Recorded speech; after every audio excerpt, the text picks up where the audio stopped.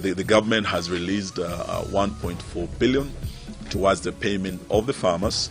Thirikari kuga nĩ kwambĩrĩria kũrĩha arĩmi a mbembe arĩa matarĩhĩtwo nĩ rũhonge rwa kũramata irio nyũmũ gũkũ bũrũri-inĩ kwambĩrĩria mũthia-inĩ wa kiumia gĩkĩ.